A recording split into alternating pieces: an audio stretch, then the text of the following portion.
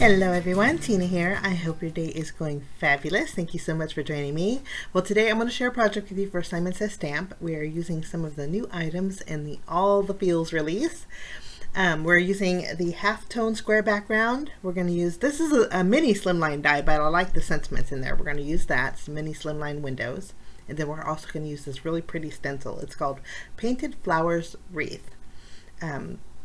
We're going to put all these together on a pretty simple card with lots of texture.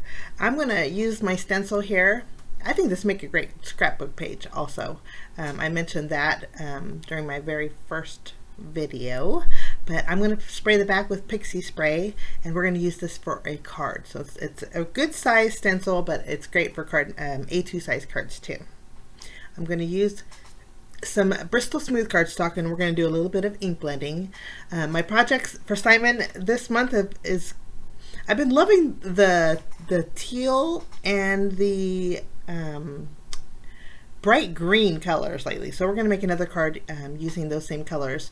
I'll list my very first video at the end if you want to check out that video. I used basically the same colors, but I'm using my blending tool. And again, we're blending on Bristol Smooth cardstock. We're going to go on hyperdrive here. I'm adding Twisted Citron. We're going to flip the panel over, and then we're going to add some peacock feathers. We're going to join these two in the middle, and it's going to create a real bright green after we overlap them here.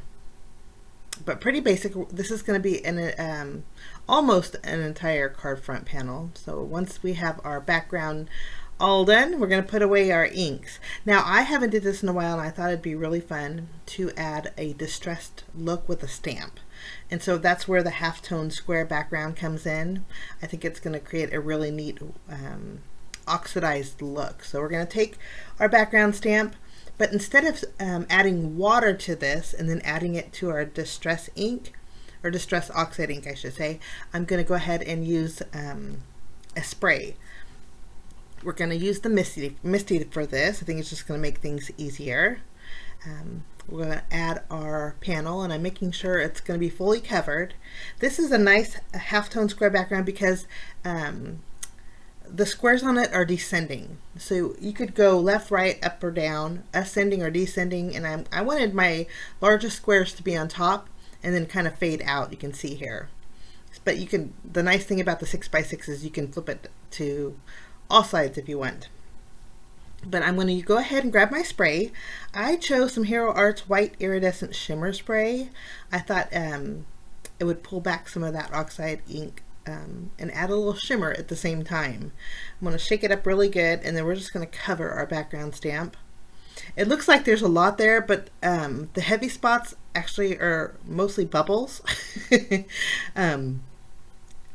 I'm going to go for it. We're going to add it to our background panel here, and I'm going to hold it, press it and hold it, and let that spray oxidize that ink.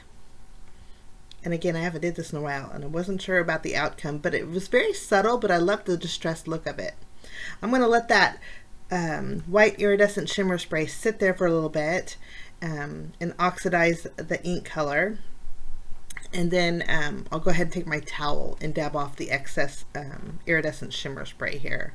But I love the outcome. I think it turned really pretty. You can see the descending little squares on there. And it does have a little pearlescent shimmer to it. Now while that's drying, I'm going to go ahead and take my little craft mat here. This is from the glass mat from Tim Holtz. I just use it separately for my black mat. It makes the lighting less reflective when I use this mat. But I'm going to go ahead and add my stencil right over the top. I did use my heat gun to dry my my background panel here. And we are adding it just so it's almost like a half circle. And then I thought we'd bring in some texture paste. This is from Ranger, and I'm going to use one of the Ranger palette knives here to go ahead and spread some of this texture paste all over the space. I wasn't sure if sometimes with oxide inks texture paste loses its color the oxide inks kind of grab onto it and turn your texture base colors.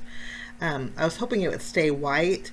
When it did dry, you could very vaguely see the oxide colors behind it, but it was still white, and that's what I was going for. I'm putting it on pretty heavy.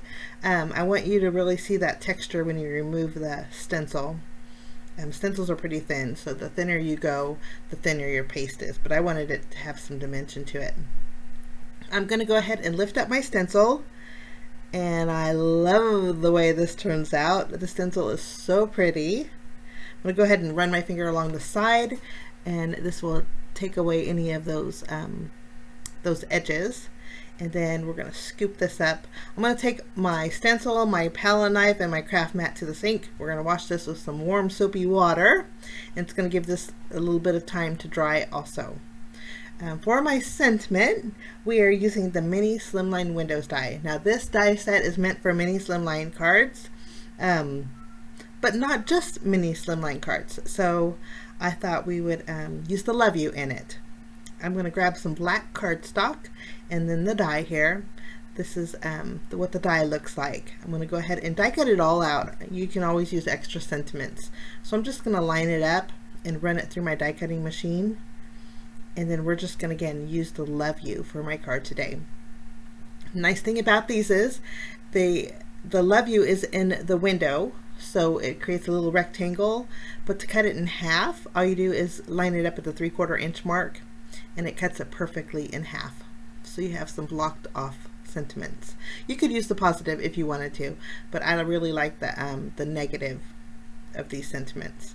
I'm just going to even out the left and right here. And then I'll use my tape runner and some white cardstock.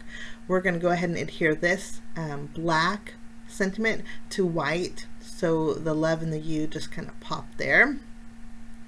I'll do the same thing with the U, and I do have to grab the O pieces. I'm just going to use my jewel pick and some glue and add those O centers, and we're going to just go ahead and trim off the excess white cardstock, and we are good to go. Okay, it's still wet, guys, and I wanted to continue with the video, so we're gonna cheat a little bit and adhere this to our card base, which is a standard A2 size card base. I'm gonna go ahead and add adhesive to my card base and then place my panel right on top.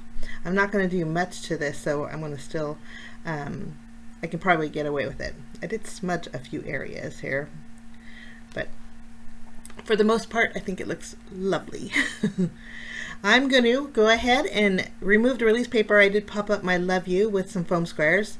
We're going to add these to the right side. And then after we have our sentiment added, you can see when you add black to those colors, I just think it makes it stand out. And I loved, it doesn't take away from that floral stencil either. But I added my sentiment, and then for bells and whistles, we're going to use some of the assorted moonshine sequins here. I'm going to put them all around the little dots of the wreath, and a few around the sentiment too. But that finishes my card today, guys, using a few of the items from the Simon Says stamp. All the feels released. I hope you get a chance and check it out there, or check out the Simon Says stamp blog too. There's tons of inspiration over there. But I look forward to creating another project next Friday with the same a few of the items from the All the Feels release also. So join me next Friday for another video tutorial. If you want to see close-ups, go ahead and visit my blog. I have still shots over there. But have a fabulous day. We will see you again real soon. Bye-bye.